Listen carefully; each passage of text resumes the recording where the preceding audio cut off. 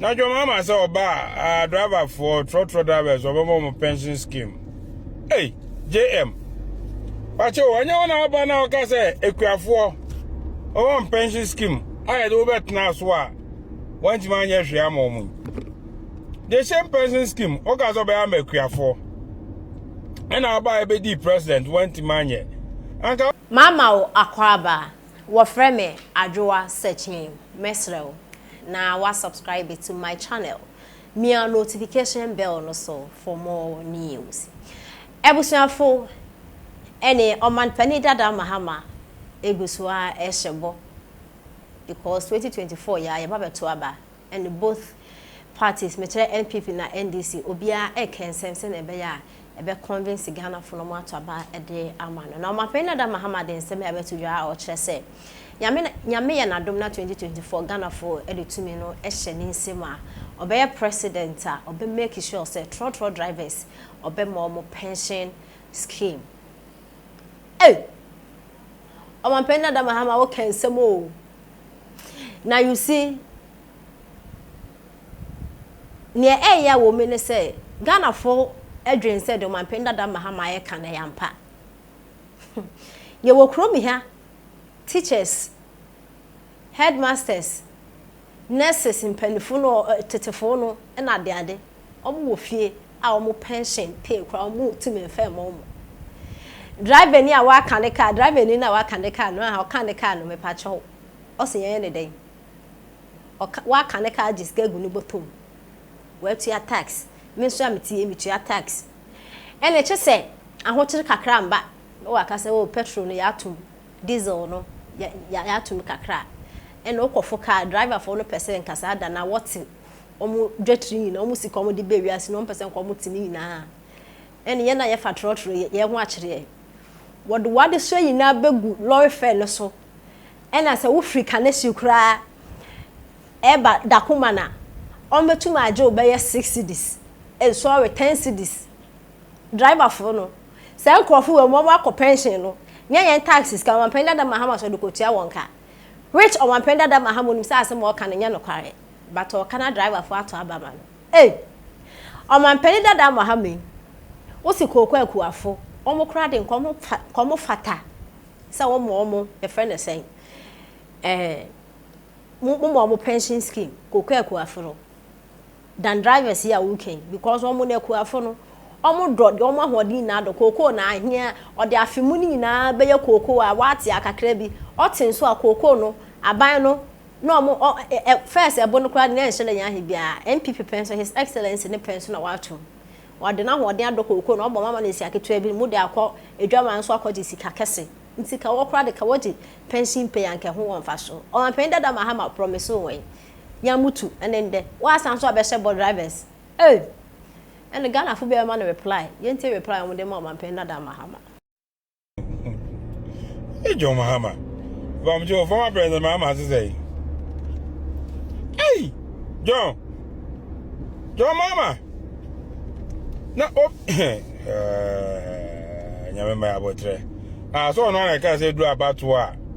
And Tron Kwana, Uchan Troka Kara, no, I can't crack a can with Chantro. I say, and Tron too much. Now your mama say driver for trotro drivers or mama pension scheme. Hey, JM. But you when you wanna oba now ka say ekuafo o pension scheme. I do bet now so one man ye hwea momu. The same pension scheme o ka so be am ekuafo. And oba be di president one man ye. Anka oba ya osa hye biem na ekuafo na wasa hye mbonze mepa mo chew.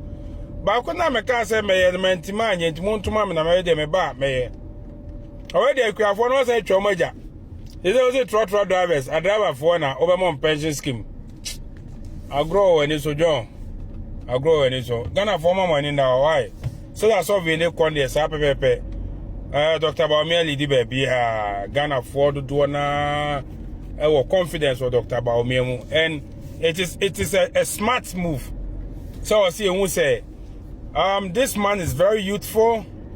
He's very intelligent. He's so innovative. That is one thing I like about him.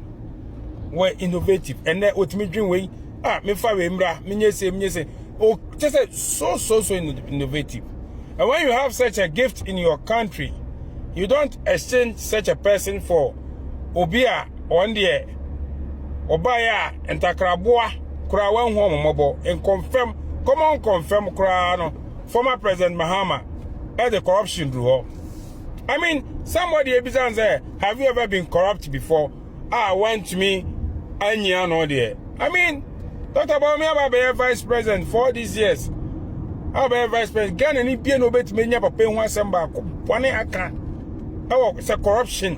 Why you say nobody? I mean, nobody can get one thing about that man. So when we have such a gift, we protect such a person. He is so reliable. He is so innovative, very smart, very intelligent, very humble. If humility is a person, then that person is Dr. Baumia. Eti remember Ghana for a support behind him because he is a gift for this generation. I was he protecting her. Nah, what didn't him dear? And I dream pa a tie. Ghana young destiny achi. Na Ghana it me find into my pa Ifra. Eti adofo ba we go 3 days 6 months. So the sovereignty na a favor Dr. Baumia Olidi, former President Mahama. I think say Ghanaians are beginning to, to wake up. Ghanaians are awake now. And this is the first now, but no abeke kandi apebiane atwa bama. Former President Mahama, what were you able to bring to the table? I mean, what were you able to do it during your time?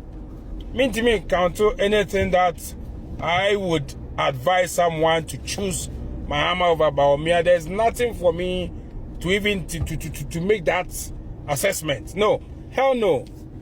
Dr. Baumia has no match so far as this coming election is concerned. And I urge all of you, the youth of our Ghana and Nanze, we should throw our support behind this youthful incoming President Dr. Baumia. We should do our best. See a man be the president, so that Niamapana a woni mono. We the youth will benefit from it. See, you don't throw such a person away and going for Obi also on the no or you jump on Shosakai. I mean, you jump we are well awake now. Why should we give a chance to Ojamfun Zombe Rule? I mean, we should be smart. 80 Manuel Sigana for Futuka Kranam Debaya, Mebaya. I came in peace and I'm going in peace. Yamenko Bibia Dr. Baumia dear, he has no match. The mama some no carry and America Ghana for also about the driver for better pension scheme. So and I want Ghanaians and drivers all Ghana Nanya will say okay the same thing actually for 1 year. Enti enya idea we obey enti mamu njini ndi mo bia njidjo mama endi vote against him massively. Adi any ma chance now ba na wenti me anya boy there's no way I say we are side dem mo na bet my baby. Ya wait me kra yen anwo chebre mu no. Ya wogide oni mo sin obi a wo ba ye na wi ase no anwo che ni wo na ba ye na ba to papas na na wi ase din na ye ma meto aba ma wo dwo mama. And then we approach Amity had deal, we are saying Canada force, UK force, Australia force, America force, ETI soon. Sata mini emfa a memo manager mama. Hey, not about name Muya Crano, Ghana for so, Nanny. Yak, Mama in now, why?